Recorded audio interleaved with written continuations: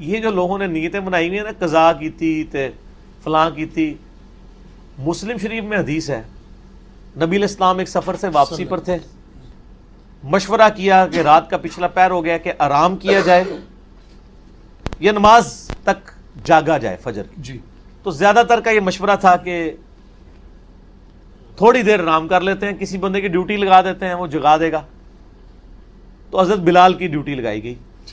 وہ اونٹ کے اوپر بیٹھ کے مشرق کی طرف منہ کر کے بیٹھ کے، تاکہ وہ پو جب پھوٹے نا صبح صادق والی، سورج نکلنے والی نہیں، فجر کا وقت داخل ہونے والی، ٹو لائٹ جسے انگلش میں کہتے ہیں، تو جگا دیں گے.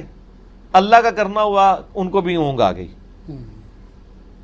سورج اتنا بلند ہوا، نبی علیہ السلام کی آنکھ کھلی، باقی صحابہ کو اٹھایا. اب صحابہ پریشان ہے کہ نماز ختم.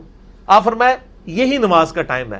اگر کوئی شخص بھول جائے یا سویا رہ جائے، تو اڈیلا سویا نہیں کہ راتی 3 بجے روزانہ سوو تو پھر اٹھو نہ، کبھی کبھار ایسے کیجولی ہو جائے، نہ پھکی نال نل جائے گی، مطلب نہیں کسی کو کڈن دینا. تو جب اسے یاد آئے یا وہ اٹھ جائے، اسی وقت نماز پڑھ لے، وہی اس کی نماز کا وقت ہے. تو قضا والا تو رول ہی کوئی نہیں ہے. تو آپ صلی اللہ علیہ وآلہ وسلم نے اذان دلوائی اور جماعت کے ساتھ سورج اوپر ہے فجر کی نماز پڑھائی. ٹھیک ہو گیا. ماشاءاللہ اس پہ یہ بھی ثابت ہوا کہ جیڑی تہاڈی یہ جعلی قوالی ہے کہ اس وقت تک پو نہیں پھوٹے گی جب تک حضرت بلال اذان نہیں دیں گے، وہ تو جھوٹ نکلے نا. وہ کہتے ہیں حضرت بلال جڑے نے ان کی اذان پہ بندی لگوائی صحابہ نے، اس دن سورج ہی نہیں، پو ہی نہیں پھوٹی. جس داڑے بلال دی ڈیوٹی لگی ہے وہ داڑے پو پھٹ گئی ہے، جس داڑے انہوں نے عزت سٹیک تے لگی سی. اگر پو نہ پھٹنی ہوتی تو اس دن نہیں پھٹنی چاہیے تھی، جس دن ان کی ڈیوٹی تھی. ان کی ایسے ہزاروں لوگوں کی، کیونکہ غزوہ تبوک سے واپسی پہ، غزوہ تبوک پہ 30,000 صحابہ تھے حضور کے ساتھ، کسی ایک کی بھی آنکھ نہیں کھلی ہے. ہزاروں لوگوں کی نماز حضرت بلال کے سے قضا ہوئی ہے. اس داڑے سے سورج نکلا ہے. سرکار یہ جھوٹ ہے، یہ سارے جھوٹ ہی تہاڈے بزرگ تانوں جھوٹ پڑھاندے رہے نے، انج نہیں ہوندا. ٹھیک ہے نا جی. تو جب آپ اٹھ جائیں اس وقت نماز پڑھ لیں، لیٹ نہ کریں اس کو، اور عادت نہ بنائیں، مطلب اس اعتبار سے کہ وہ روزانہ ہی لیٹ اٹھے. کوئی یہ نہیں ہونا چاہیے کہ لیٹ ہی اٹھے. کبھی کبھار اگر لیٹ اٹھا ہے تو اسی وقت نماز پڑھ لے. اور یہ قضا اور یہ سارے علماء کی ٹرمز ہیں، نماز فوراً ہی پڑھنی چاہیے. ٹھیک ہے نا جی. اس کو نماز کو ڈیلے نہ کریں. اور ظہر اثر مغرب عشاء تو میں کہتا ہوں قضا ہو ہی نہیں سکتی ہیں. ظہر کا وقت جو ہے وہ 12:20 سے لے کے مغرب تک رہتا ہے. نماز جمع بھی تو ہو سکتی ہے نا اگر کسی کو مجبوری ہے. اثر کے ساتھ ظہر جا کے جمع کر لے، یا ظہر اثر کٹھی پڑھ لے. اور مغرب عشاء کا وقت تو فجر کا وقت داخل ہونے تک رہتا ہے. مغرب غروب آفتاب سے لے کے فجر کا وقت داخل ہونے سے پہلے پہلے مغرب عشاء کسی بھی وقت پڑھ سکتے ہیں. نماز قضا ہو ہی نہیں سکتی. یہ قضا کی ٹرمز ویسے لوگوں نے بنائی ہوئی ہے کہ وقت گزار کے پڑھنا. باقی جان بوجھ کے وقت گزار کے کوئی لیٹ اٹھتا ہے صبح کے وقت، وہ تو بخاری میں حدیث ہے کہ نبی علیہ السلام کو ایک خواب دکھایا گیا تھا. اس میں ایک منظر آپ کو یہ دکھایا، اور نبیوں کے خواب بخاری مسلم کے الفاظ ہیں وہ وہی الہی ہوتے ہیں. ایک یہ دکھایا گیا منظر کہ ایک شخص لیٹا ہوا چت زمین پہ، ایک فرشتہ اس کے سرانے بڑا سا پتھر لے کے کھڑا ہے، اس کے سر پہ مارتا ہے، وہ اس کا سر زمین کے برابر ہو جاتا ہے، اور وہ پتھر لڑک کے تھوڑی دور تک جاتا ہے. جتنی دیر تک وہ فرشتہ پتھر لینے کے لیے جاتا ہے نا، اللہ اس کو پھر دوبارہ سر دے دیتا ہے. استغفر اللہ. پھر وہ اس کے اوپر مارتا ہے، اور یہ عذاب مسلسل جاری ہے. نبی علیہ السلام نے بعد میں حضرت جبرائیل سے پوچھا کہ یہ عذاب کس کا تھا؟ فرمایا یہ آپ کی امت کا وہ آدمی ہے جس نے قرآن بھلا دیا تھا اور نمازوں کے اوقات میں سویا رہتا تھا. سر یہ بھی ہے تو انو لوگ ادھی گل نہیں دس دینے، ہم آپ کو ٹوٹل پیکج بتاتے ہیں. تصویر کا یہ رخ بھی بتائیں گے، وہ رخ بھی بتائیں گے. ٹھیک ہے نا. یہ نہ ہو کہ مسلم کی حدیث لے کے کوئی ٹھیک ہے جی صبح اٹھ کے پڑھیں گے فجر، نہ. یہ تو کیجول ہے کہ کبھی کبھار کسی کے ساتھ کوئی معاملہ ہو گیا، کوئی بے ہوش ہو گیا ہے، کوئی بھول گیا ہے، بولا تھا. آج کل تو یہ مسئلے ہوتے بھی نہیں. میں آپ کو بتاؤں لارم ہے.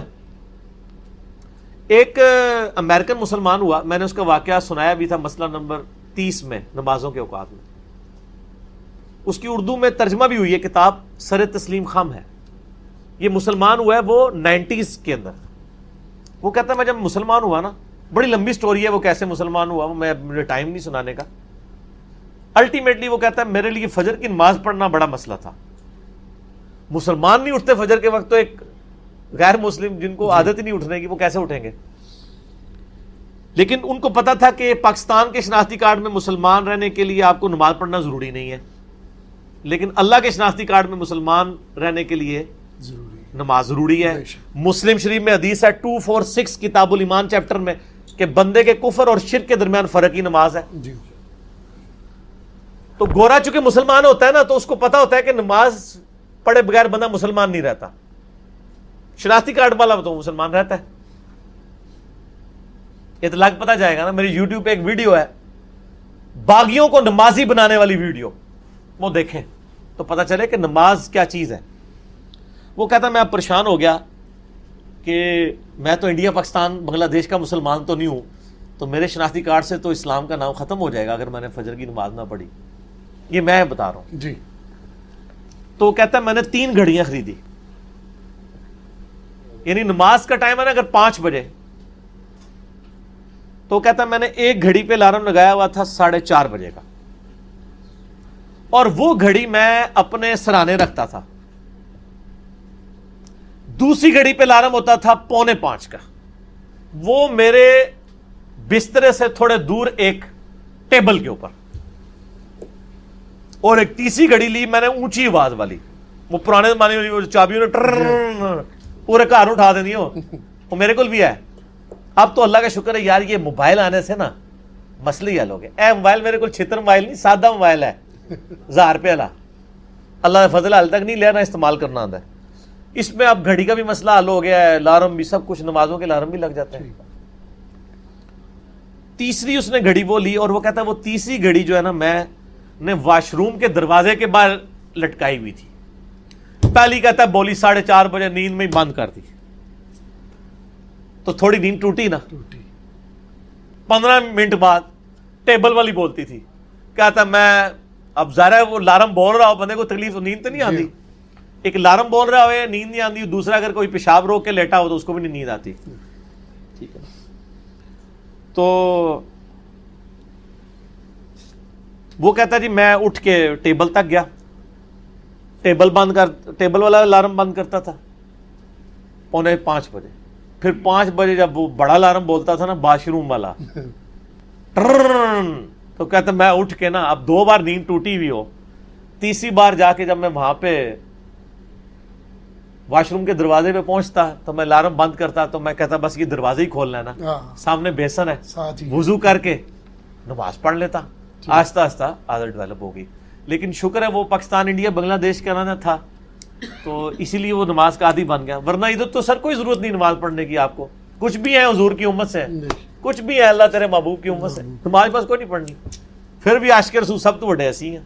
انا للہ و انا الیہ راجعون، یہ میں ساری طنز کے طور پہ باتیں کر رہا ہوں۔ میرے بھائیو، سورہ یاسین قرآن حکیم میں سورت نمبر ہے 36، اور یہ مکی سورت ہے، پارہ نمبر 22 سے شروع ہو کر پارہ نمبر 23 میں کمپلیٹ ہوتی ہے۔ پہلی 21 آیات اس کی پارہ نمبر 22 میں ہے، اور باقی ساری سورت جو ہے وہ پارہ نمبر 23 کے اندر ہے۔ اور ظاہر ہے یہ پاروں کی ڈویژن جو ہے یہ توقیفی نہیں ہے، نبی صلی اللہ علیہ وآلہ وسلم نے تعلیم نہیں فرمائی، یہ بعد میں کی گئی ہے تابعین کے ادوار کے اندر، اس لیے پھر اس میں جو اس قسم کی قباحتیں ہیں سورتوں کے ٹوٹنے والی، یعنی ایک تو ہے کہ بہت آدھا آدھا ہو تو پھر قابل برداشت ہے، جس طرح کہ اب سورۃ الحجر کو دیکھیں، اس کی صرف ایک آیت پارہ نمبر 13 میں ہے، باقی پوری سورت جو ہے وہ پارہ نمبر 14 کے اندر ہے۔ اب وہ ایک آیت سے کیا ایڈوانٹیج لے لیا کسی نے، اگر وہ اس ایک آیت کو اس طرف کر دیتے تو وہ سورت ٹوٹتی نہ پاروں کی شکل میں۔ تو یہ اس قسم کی جو علمی قباحتیں اس لیے آئی ہیں کہ یہ انسانی کوشش ہے، نبی صلی اللہ علیہ وآلہ وسلم نے پاروں میں قرآن حکیم کو تقسیم نہیں فرمایا تھا، بلکہ قرآن حکیم جو ہے یہ سورتیں 114 ان کی ڈویژن اور آیات کی ڈویژن موجود تھی، وہ بھی بغیر نمبرنگ کے، صرف وہ آیات کا پتہ تھا۔ اس میں نے ڈیٹیل لیکچر دیا ہے، مسئلہ نمبر 115 قرآن حکیم کی حفاظت کا معجزہ اور سنی شیعہ کے اختلاف کا تحقیقی جائزہ۔ سورہ یاسین کا جو مرکزی ٹاپک ہے یہ عقائد ثلاثہ ہے، جو مسلمانوں کے بنیادی 3 عقائد ہیں، عقیدہ توحید، عقیدہ رسالت اور عقیدہ آخرت۔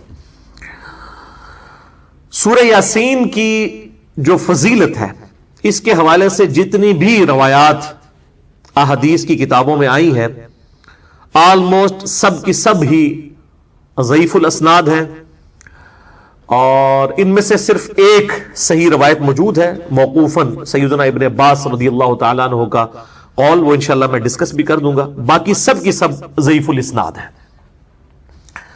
قرآن حکیم کی صورتوں کے فضائل کے حوالے سے سورہ یاسین ہو، سورۃ الملک ہو، سورہ الواقعہ ہو، باقی صورتیں، اس حوالے سے میں نے ڈیٹیل لیکچر کم از کم 3 گھنٹوں میں 3 نشستوں میں یہیں پر ریکارڈ کروایا تھا۔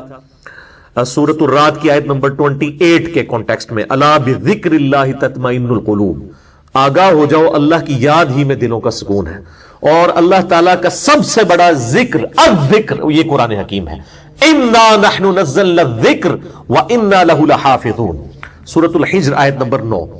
تو میں نے اس اللہ کے ذکر والی جو آیت ہے سورۃ الرعد آیت نمبر 28، اس کے کانٹیکسٹ میں قرآن حکیم کی 12 صورتوں کے فضائل 3 نشستوں کے اندر، مسئلہ نمبر 112 ABC یہ ریکارڈ کروائے تھے۔ آج میں اس ڈیٹیل میں جاؤں گا، اس میں نے سورہ یاسین کے حوالے سے بھی ڈسکشن کی تھی۔ بہرحال اس حوالے سے سورہ یاسین کی فضیلت میں جو 3 ٹاپ آف دا لسٹ روایتیں پبلک کے اندر مشہور ہیں، سب کی سب ہے تو ضعیف ہے، لیکن میں ان کو یہاں پر مختصراً عرض کر دوں، اور ان احادیث کے نمبرز میں انشاءاللہ مشکات کے بھی بتاؤں گا، کیونکہ میں مشکات کے بارے میں اکثر یہ ڈکلیئر کرتا ہوں کہ مشکات از دا انسائکلوپیڈیا آف حدیث، اہل سنت کی مین سٹریم کی 13 کتابوں کے یہ نوٹس ہیں، بخاری، مسلم، ابو داؤد، ترمذی، نسائی، ابن ماجہ، الموطا امام مالک، سنن کبریٰ، البیہقی، المستدرک للحاکم، اور کئی کتابوں میں سے یہ سمجھ لیں آپ نوٹس ہیں، یہ انسائکلوپیڈیا آف حدیث ہے۔ جس کے پاس مشکات آ جائے آپ سمجھیں کہ اہل سنت کی تمام کتابوں کا آلموسٹ خزانہ اس کے پاس ان 3 جلدوں کے اندر آ گیا۔ یہ مفت میں آپ ڈاؤن لوڈ کر سکتے ہیں ہماری ویب سائٹ اہل سنت پاک .com سے۔ 18 MB کی 3 فائلز ہیں، شیخ زبیلی رحمہ اللہ تعالی کی تحقیم اور تخریج کے ساتھ مشکات المصابیح، اور اس کے تعارف میں نے پورا لیکچر بھی دیا ہے، مسئلہ نمبر 111B، جسے شوق ہو تو وہ ضرور دیکھیں۔ پہلی جو مشہور حدیث ہے اس حوالے سے وہ جامعہ ترمذی میں انٹرنیشنل نمبر کے مطابق 2887 اور مشکات میں ہے 2147، کہ آپ صلی اللہ علیہ وآلہ وسلم نے فرمایا کہ ہر چیز کا کوئی نہ کوئی دل ہوتا ہے، اور قرآن حکیم کا دل سورہ یاسین ہے، جو اس کی تلاوت کرے گا اسے 10 دفعہ قرآن حکیم پڑھنے کا ثواب ملے گا۔ لیکن یہ روایت جو ہے یہ اصول محدثین پر کمزور ہے۔ اس میں ایک راوی ہے ہارون ابو محمد، وہ مجہول الحال، ان نون راوی ہیں جن کا کوئی پتہ نہیں ہے، اور لاپتہ راویوں سے جو روایتیں ہیں وہ محدثین کے ہاں قابل قبول نہیں ہوتی۔ دوسری روایت ہے کہ آپ صلی اللہ علیہ وآلہ وسلم کی طرف منسوب ہے کہ جو اللہ کی رضا کے لیے سورہ یاسین پڑھے اس کے سابقہ سارے گناہ معاف کر دیے جاتے ہیں، لہٰذا اپنے قریب المرگ جو لوگ ہیں، نزع کے عالم میں ہیں، ان کے پاس اس کو پڑھو۔ یہ روایت شعب الایمان امام بیہقی کی کتاب میں 2458 نمبر ہے، اور مشکات میں 2178، لیکن یہ روایت بھی جو ہے اصول محدثین پر ضعیف ہے، کیونکہ اس میں ایک راوی کا نام ہی کوئی نہیں ہے، رجل ان کے ساتھ ہی سند کے اندر آتا ہے، بالکل یعنی وہ جو پچھلی روایت تھی اس میں نام تو موجود تھا، مجہول الحال تھا، اس میں تو نام بھی اس کا نہیں ہے، اتنا لاپتہ ہے، لہذا یہ روایت بھی کمزور ہے۔ اچھا، مارکیٹ میں سورہ یاسین کے حوالے سے آپ نے دیکھا ہوگا وہ مبینوں والی ایک یاسین مل رہی ہوتی ہے، وہ جتنی مبینیں آتی ہیں نا 7-8، وہ ہر مبین کے بعد اس میں ذکر ایڈ کیے ہوتے ہیں، یہ فیبریکیٹڈ ہے، اس کی کوئی اصل موجود نہیں ہے، اور اس قسم کے وظائف مارکیٹ کے اندر کافی سارے جو ہے وہ ملتے ہیں، جب تک سند صحیح نہ ہو اس وقت تک ان وظائف کے اوپر اپنا ٹائم ضائع نہ کیا جائے۔ تیسری روایت جو مشہور ہے کہ جو شخص دن کے آغاز میں سورہ یاسین پڑھ لے اس کی تمام حاجتیں پوری کر دی جائیں گی، یہ سنن دارمی میں 3461 ہے، اور مشکات میں 2177، یہ بھی مرسل روایت ہے۔ سیدنا عطا بن ابی رباح وہ تابعی ہیں اور ڈائریکٹ نبی صلی اللہ علیہ وآلہ وسلم سے بیان کر رہے ہیں، اور تابعی جب کوئی بات نبی صلی اللہ علیہ وآلہ وسلم کے ریفرنس سے ڈائریکٹ بیان کرے اور اس میں سند نہ ہو تو وہ مرسل چھوٹا ہوا واسطہ مانا جاتا ہے، منقطع روایت ہوتی ہے۔ لیکن یہ جو سنن دارمی کی حدیث ہے 3461، اس سے بالکل اگلی روایت جو ہے وہ بالکل صحیح سند کے ساتھ ہے سورہ یاسین کے بارے میں ہی، اور وہ ہے سنن دارمی میں 3462۔ یہ میں دارمی کا وہ نمبر بتا رہا ہوں جس کا PDF عام ہمارا جو ہے وہ گوگل کے اندر سرچ کرنے سے مل جائے گا آپ کو، سنن دارمی میں 3462، اور اس کی تحکیم جو ہے وہ شیخ سلیم حسین اسد نے کی ہے، انہوں نے بھی اس کو روایت کو صحیح کہا۔ شیخ زبیلی زئی رحمہ اللہ تعالی نے ایک پورے سورہ یاسین کے فضائل کے حوالے سے مضمون لکھا ہے جس میں 14 روایتیں جو یاسین سے ریلیٹڈ تھیں، سب کی اسناد کے اوپر بحث کی کہ یہ ضعیف ہیں، البتہ ایک روایت کے اوپر انہوں نے صحیح کا حکم لگایا اور وہ یہی ہے، سنن دارمی 3462۔ اور لیکن مشکات کے وہ فٹ نوٹ پہ لکھنا بھول گئے 2177۔ ویسے ان کی عموماً عادت ہے کہ جب کسی روایت کے اوپر ضعیف کا حکم لگاتے ہیں تو اس کی پھر فٹ نوٹ پہ نا اس کی موقوفاً اگر روایت صحیح ہو تو لکھ دیتے ہیں، یہاں پہ وہ بھول گئے۔ البتہ الگ سے ان کا جو مضمون ہے شیخ زبیر صاحب کا فتاوی علمیہ کی پہلی جلد میں صفحہ نمبر 493 سے 497 تک انہوں نے اس کے فضائل پہ جتنی حدیثیں ہیں ان پر تحکیم کی ہے اور ایک روایت کو صحیح قرار دیا۔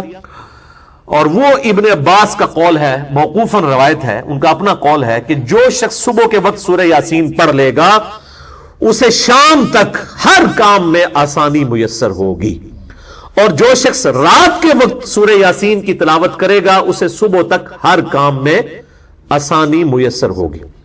تو جو صبح کے وقت کام کے لیے نکلتے ہیں وہ صبح پڑھ کے نکلیں، اور جو رات کی شفٹوں میں کام کرتے ہیں وہ رات کے وقت پڑھ کے نکلے۔ یہ روایت بالکل صحیح ہے، اور یہ محدثین کا پیٹ رول ہے کہ جب کوئی غیبی خبر ہو اور اس میں صحابی نبی صلی اللہ علیہ وآلہ وسلم کو مینشن نہ بھی کرے تب بھی اس کو آپ نبی صلی اللہ علیہ وآلہ وسلم کی طرف ہی منسوب مانیں گے، موقوفاً ہونے کے باوجود، اس لیے کہ غیبی خبر نبی صلی اللہ علیہ وآلہ وسلم کے علاوہ کسی کے پاس نہیں آتی ہے، کیونکہ جو علم غیب ہے، غیب کی خبر اللہ تعالیٰ اپنے صرف پیغمبروں کو دیتا ہے۔ لہذا ابن عباس جو اتنا بڑا دعویٰ کر رہے ہیں یہ پھینکنے والا نہیں ہے، یقیناً اس روایت کی اصل موجود ہے، اور یہ روایت صحیح سند کے ساتھ سنن دارمی 3462 الحمدللہ موجود ہے۔ باقی صورتوں کے حوالے سے اگر آپ نے لیکچر سننا ہو تو مسئلہ نمبر 112 ABC میرے 3 لیکچرز یہیں پر ریکارڈ ہوئے تھے، یوٹیوب کے اوپر اویلیبل ہیں، آپ ان کو دیکھیں۔ 3.5 گھنٹے کی آلموسٹ سب ملا کے گفتگو بنتی ہے۔ ہماری ویب سائٹ ahlsunnatpak.com پہ بھی آپ کو وہ 3 لیکچرز مل جائیں گے انشاءاللہ تعالی۔ کیا مردوں کو قبرستان میں دفنانا ضروری ہے؟ یہ گھر میں، ڈھیرے میں یا زمینی وراثتی میں دفنایا جا سکتا ہے؟ ہاں جی دفنائے، لیکن وہاں پہ دفنائے کہ جہاں پھر وہ کیئر بھی ہو نا۔ گھر میں تو نہ دفنائے، یہ تو آپ بالکل گھر کے ساتھ ظلم، کل کو یہ گھر مشاہدہ کرنا پڑ جائے تو پھر وہ کیا کریں گے؟ اس کا قبر کے اوپر تو عمارت نہیں بنا سکتے، وہ مسلمان کی قبر کی تو حرمت ہے۔ صحیح مسلم میں حدیث ہے، نبی اسلام نے فرمایا کوئی شخص قبر پہ بیٹھے اس سے بہتر ہے کہ وہ آگ کے انگاروں پر بیٹھ جائے اور اس سے اس کے کپڑے اور کھال بھی جسم کی جل جائے، وہ کم عذاب ہے، اس سے بڑا عذاب ہے کہ مسلمان کی قبر پہ بیٹھے۔ تو گھروں میں نہ دفنائیں، ہاں ڈیرے پہ یا اپنی جو زمینیں وراثتی رکھی ہوئی ہیں، کچھ لوگوں نے اپنے ذاتی قبرستان بنائے ہوتے ہیں، بالکل اس میں دفنائیں، ضروری نہیں ہے کہ آپ نے اسپیسیفکلی قبرستان میں دفنانا۔ ایک روایت میں ذکر ملتا ہے کہ نوح کرنے سے میت کو عذاب ملتا ہے، جبکہ قرآن یہ کہتا ہے کہ کوئی کسی کا بوجھ نہیں اٹھائے گا۔ بالکل قرآن والی بات ہی درست ہے، وہ اجتہادی غلطی ہے حضرت عمر کی اور عبداللہ بن عمر کی، بخاری مسلم میں آتا ہے، ہم عائشہ نے یہ آیت کوٹ کی تھی لا تزر وازرۃ وزر اخری، اور انہوں نے کہا کہ عبداللہ بن عمر پہ اللہ رحم فرمائے، انہوں نے اس حدیث کا رزلٹ کیسے نکال دیا۔ پھر حضرت عائشہ نے تعویل کی، نبی اسلام کی بات کی کہ نبی اسلام نے یہ فرمایا تھا کہ لوگ تو اس کے اوپر نوحہ کر رہے ہیں اور اس کو عذاب دیا جا رہا ہے اللہ کے حضور، یعنی وہ کفر کی موت مرا ہے، تو ان کے رونے سے اسے فائدہ کوئی نہیں ہونا، اسے تو عذاب ہو رہا ہے، نہ کہ ان کے رونے کی وجہ سے ہو رہا ہے۔ ٹھیک ہے، تو یہ باقاعدہ میری ایک ویڈیو ہے سیدہ عائشہ سے متعلق 5 عقائد، وہ آپ ویڈیو دیکھیں، اس میں میں نے اس ٹاپک کو بھی ایڈریس کیا ہے کہ سیدہ عائشہ سلام اللہ علیہا قرآن سے ڈائریکٹ اپنے عقائد اخذ کرتی تھی، اور اس میں وہ سینئر صحابہ بھی جو تھے ان کی غلطیوں کو بھی ہائی لائٹ کرتی تھی۔ حضرت عمر کی غلطی کو انہوں نے ہائی لائٹ کیا کہ یہ ان کو تعویل کی غلطی لگی ہے۔ سورہ بنی اسرائیل کی آیت نمبر 36 تو 10 کمانڈمنٹس آئی ہیں، اس میں 9 وَلَا تَقْفُ مَا لَيْسَ لَكَ بِهِ عِلْمٌ إِنَّ السَّمْعَ وَالْبَصَرَ وَالْفُؤَادَ أُولَٰئِكَ، انسان کسی چیز کی پیروی اس وقت تک مت کر جب تک کہ تجھے اس کے بارے میں ڈیفینیٹ علم نہ حاصل، بے شک کان، آنکھیں اور عقل، دل یا دماغ کوئی بھی چیز، اس کے بارے میں تجھ سے پوچھا جائے گا کہ ان 3 انسٹرومنٹس کو استعمال کر کے تم نے حق بات، تو مجھے بتائیے کیا ریویلڈ نالج میں جو کتاب و سنت کا علم ہے، یہ ایکوائرڈ نالج میں یہ بات ملتی ہے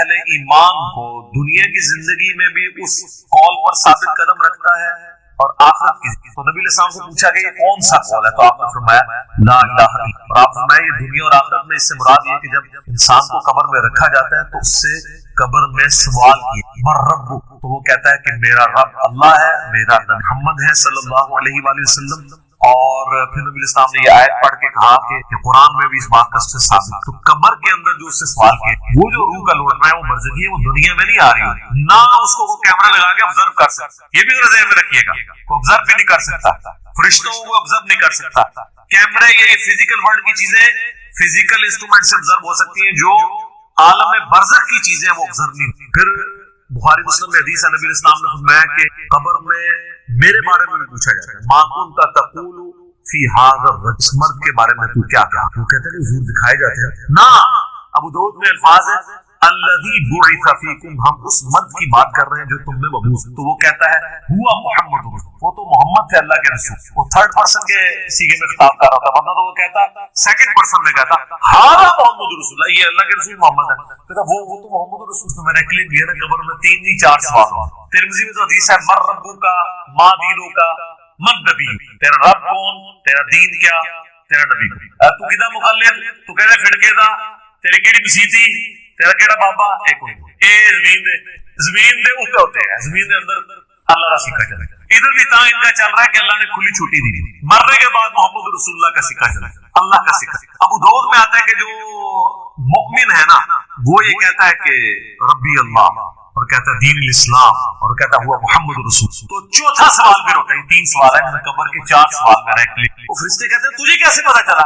وہ کہتا ہے میں نے اللہ کی کتاب پڑھی تو میں نبی علیہ السلام پہ ایمان لایا, ان کے سچ ہونے کی تصدیق کی. تو پھر اس کے لیے یہ چوتھا سوال ہے کہ اسے پتا. تو جنہیں کتاب پڑھی نہیں اور وہ حافظ قرآن علی نہیں پڑھ رہا, ترجمے میں پڑھ رہا ہے, ٹائم کو پتا لگتا ہے کہ اس کے لکھے ہے, بنا تو ہی پتا چلے گا. اور بخاری میں ہے کہ منافق سے جب سوال ہوتے ہیں تو ہر سوال کے جواب میں کہتا ہے لا ادری لا ادری, ہائے آتا لا ادری لا ادری, ہائے افسوس ہائے افسوس مجھے. تو فرشتے اسے تو چوتھا سوال پھر کرتے, جب وہ کہتا ہے نا مجھے کچھ پتا نہیں, تو وہ پھر کہتا ہے کہ میں تو وہی کہتا تھا جو لوگ کہتے تھے, سن سنا کے سن, یعنی ہم تو شروع سے ہی ہیں, ہم تو شروع سے ہی ہیں, ہم تو شروع سے ہی حال مانتے ہیں, میں تو یہی کہتا تھا. تو فرشتے کہتے ہیں لا دریتا ولا تلیتا, کیا تو نے خود ادراک کرنے کی کوشش نہیں کی, خود پڑھنے کی کوشش نہیں کیا, کوئی ایسا شخص جو تجھے بتا دیتا اگر تو پڑھنا نہیں جانتا تھا. تو فرشتے پھر اسے گھس مارتے ہیں, اور زمین و آسمان کی ہر مخلوق اس کی آواز سنتی ہے سوائے جن و انس کے. اگر یہ سن لیں تو بے ہوش ہو جائے. اور حقیقت بات ہے کہ آپ اتنے بڑے بڑے جو بزرگ دفنا کے آتے ہیں نا, ان کے گھس کی آواز اگر آپ کو آئے نا تو رحمت اللہ لے کے نہ چھوڑ دو. یہ شکر اللہ نے پردہ رکھا ہے, باہر آواز نہیں آتی ہے. تو یہاں پہ روح والا معاملہ ہے, لیکن وہ بھی اب روح کے ساتھ ساتھ آپ نے کتنے بزرگوں کو بیچ میں جو ہے وہ نکلوا دیا. لیکن یہ حقیقت ہے, یہ کتابوں کا دین ہے, یہ بابوں کا دین نہیں ہے. 10ویں حدیث, یہ بھائیوں موسٹ ڈیٹیل حدیث ہے عذاب قبر کے حوالے سے. میں اسے ورڈ بائی ورڈ پڑھوں گا اوریجنل کتاب سے. سنن ابی داؤد میں 4753 ہے, مسند امام احمد میں جن 4 صفحہ 287 پر 18557 ہے, اور المستدرک الحاکم میں 107 نمبر حدیث ہے, مشکات میں 1630 نمبر. اچھا, یہ ابو داؤد کی جو اس کی روایت ہے اور مسند احمد کی, اس میں آمش مدلس سے عام سے روایت کر رہا ہے. لیکن جو المستدرک الحاکم کی روایت ہے اس میں امام آمش نے اپنی سما کی تصریح کی ہے, اور انہوں نے کہا کہ میں نے حدیث سنی ہے, آپ سے روایت نہیں کی بلکہ انہوں نے حدثنا سے کی ہے. المستدرک الحاکم 107 نمبر حدیث, میں وہ پڑھنے لگا ورڈ بائی ورڈ تاکہ اس کا سلو انداز جو ہے وہ آئے. برا بن عازب رضی اللہ تعالیٰ عنہ بیان کرتے ہیں کہ ہم رسول اللہ صلی اللہ علیہ وسلم کی مائیت میں ایک انصاری شخص کے جنازے میں شریک, ہم قبر تک پہنچ گئے, ابھی اس کی لحد تیار نہیں ہوئی تھی کہ رسول اللہ صلی اللہ علیہ وسلم ہمارے پاس بیٹھ گئے, ہم بھی آپ صلی اللہ علیہ وسلم کے گرد بیٹھ گئے, اس حال میں گویا ہمارے سروں پر پرندے ہیں, یعنی فل اٹینٹو ہو کر آپ صلی اللہ علیہ وسلم کے ساتھ. آپ کے مبارک ہاتھوں میں ایک لکڑی تھی جس سے آپ زمین برید رہے. آپ صلی اللہ علیہ وسلم نے سر مبارک پر اٹھایا اور فرمایا عذاب قبر سے اللہ کی پناہ طلب کیا کرو. آپ نے 3 بار یہ بات ارشاد کی.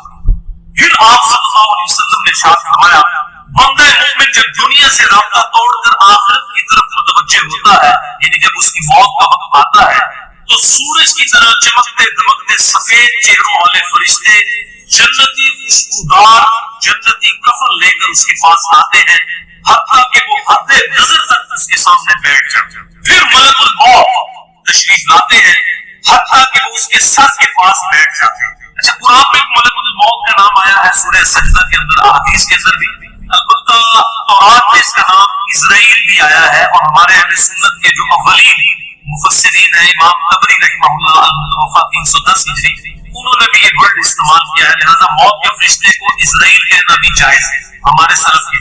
آج کل بات لوگ کہتے ہیں اسرائیل نہیں ملک الموت ہی کہنا چاہیے, اسرائیل کا لفظ بھی صاف. پھر ملک الموت تشریف لاتے ہیں حتیٰ کہ اس کے سر کے پاس بیٹھ کر کہتے ہیں پاکیزہ روح اللہ کی مغفرت اور اس کی رضامندی کی طرف جا. وہ روح ایسے نکلتی ہے جیسے مشکیزے سے پانی کا قطرہ, بالکل غیر محفوظ طریقے سے اس کی روح نکالتی.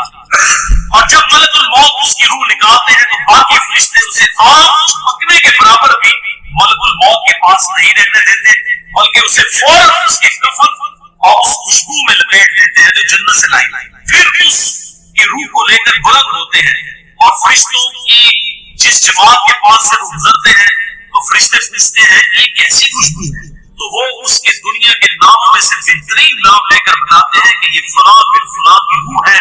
حتیٰ کہ وہ اسے آسمان دنیا تک لے پہنچتے ہیں اور اس کے لیے دروازے کھولنے کی اجازت طلب کرتے ہیں, تو جنت کے جو آسمانوں کے دروازے ہیں اس کے لیے کھول دیے جاتے ہیں.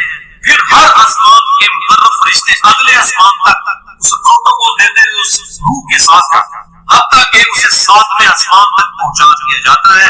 تو اللہ تعالیٰ فرماتا ہے میرے بندے کا نام ہے اعمال علیین میں لکھ دے, جو سورۃ المطففین میں آیا ہے. علیین اور سجین یہ دو مقامات, ایمان والوں کی روحیں جو ہے علیین میں ان کا نام اعمال لکھا جاتا ہے, اور جو منافقین ہیں مجرم ہیں سجین میں لکھا. سورۃ المطففین سورۃ نمبر 83 ہے, پارہ نمبر 30 ہے. اور اسے واپس دنیا کی طرف لے جاؤ کیونکہ میں نے انہیں اسی دنیا سے پیدا کیا اور اسی میں انہیں لوٹاؤں گا اور پھر دوبارہ اسی سے نکالوں. پھر اس کی روح اس کے جسم کی طرف لوٹا دی جائے, لیکن یہ لوٹنا دنیا کا سا لوٹنا نہیں ہوگا, یعنی وہ لوٹنے کے بعد یہ نہیں ہے کہ مردہ قبر میں وہ بیٹھ جائے گا میں نظر آئے گا. یہ سب کچھ برزخی معاملات ہوں گے جو میں نے پچھلی دفعہ ڈسکس کیے تھے سورہ فاطر کی آیت نمبر 42 کے تحت. کہ نیند کی حالت میں بھی انسان کی روح کب سوتی ہے, لیکن اس کو چٹکی کاٹے تو جا روح کا تعلق بھی رہتا ہے اس حالت میں بالکل اس طریقے سے. ایک ڈفرنٹ لائف ہے برزخی. پھر دو فرشتے اس کے پاس آتے ہیں یعنی اس کی قبر میں, اسے بٹھا کر پوچھتے ہیں. اب یہ وہ 4 سوال یہاں پر آ رہے ہیں اس ڈیٹیل میں. پہلا سوال کرتے ہیں تیرا رب کون رب, وہ کہتا ہے ربی اللہ, میرا رب اللہ ہے. دوسرا سوال پوچھتے ہیں تیرا دین کیا, ماں دین, تیرا دین کیا, وہ کہتا ہے میرا دین اسلام ہے. پھر پوچھتے ہیں کہ وہ آدمی جو تم میں مبعوث کیے گئے وہ کون ہے. اب یہاں پر وہ ڈیٹیل ہے الذی بعث فیکم, وہ شخص جو تم میں مبعوث کیا گیا تھا وہ کون ہے. یہ جو کہتے ہیں قبر میں صلی اللہ علیہ وسلم آ جاتے ہیں تو کسی عزیز میں اس میں ڈیٹیل آگے کہ اس سے پوچھا جاتا ہے جو شخص تم میں پیغمبر بنا کر بھیجا گیا وہ کون, تو وہ کہتا ہے ہوا محمد رسول اللہ, اور اللہ کے رسول محمد صلی اللہ علیہ وسلم. مسئلہ حاضر و ناظر میرا ریکارڈ ہے, مسئلہ نمبر 7 جس میں میں نے یہ تمام شبہات کیے تھے. یہ 3 سوالوں کے بعد اچھا جامع ترمذی میں ایک حدیث ہے 3120 اس میں الفاظ ہے کہ وہ پوچھتے ہیں من نبی, تیرا نبی کون ہے. اس میں جو ہے نا کہ اس شخص کے بارے میں تیرا کیا عقیدہ ہے, اس میں من نبی کا الفاظ ہے. جامع ترمذی 3001. اللہ کا شکر ہے کہ یہ نہیں پوچھتے تیرا فرقہ کون سا ہے, کس امام کی تقلید کرتا تھا, کیڑی کسی تو نماز پڑھتا ہے, لیکن کوئی چیز تیرا رب کون ہے, تیرا دین اور نبی صلی اللہ علیہ وسلم. دنیا میں بھی ہم یہ کہتے ہیں اللہ رسول فلان, یہ بات قبر کے اندر جا کر بھی یہی سوال. اب وہ جب 3 سوالوں کے جواب دیتا ہے تو فرشتے 4تھا سوال اس سے پوچھتے ہیں کہ میں نے قبر کا 4تھا سوال مسئلہ نمبر 18 تمہیں کیسے پتا چلا, ان 3 سوالوں کے جواب تمہیں کیسے آئے. وہ کہتا ہے میں نے اللہ کی کتاب پڑھی تھی, میں اس کتاب پر ایمان لایا اور میں نے اس کے حق ہونے کی نہیں. اللہ کی کتاب پڑھی ہوگی تو تصدیق کرے گا, اگر سنا کے سنی ہوگا کیا تصدیق کرے گا, ہاں پڑھا کے سنی ہوگا تو تصدیق. پھر آسمان سے آواز آتی ہے میرے بندے نے سچ کہا, اس کے لیے جنتی بچھونا بچھا دو, اسے جنتی لباس پہنا دو اور اس کے لیے جنت کی طرف دروازہ کھول دو. قبر کے اندر ہی جنت کی طرف دروازہ. یہ آپ سمجھ لیں جیسا یہ ٹچ سکرین موبائل رکھ کے اور جناب لیپ ٹاپ رکھ کے سامنے لوگ بیٹھے ہوتے ہیں نا تو ایک دوسری دنیا میں چلے جاتے ہیں. تو جنت کا فزیکلی دروازہ کھول دیا جائے گا, اس کو جنت کی ہوائیں بھی خوشبو بھی آئے گی اور انتظار ہوتا رہے گا. وہاں اسے ہوا کے جھونکے اور خوشبو بھی آتی ہوگی اور حد نظر تک اس کی قبر کو اشارہ کر دیا جائے گا. خوبصورت چہرے, خوبصورت لباس اور بہترین خوشبو والا ایک شخص اس کے پاس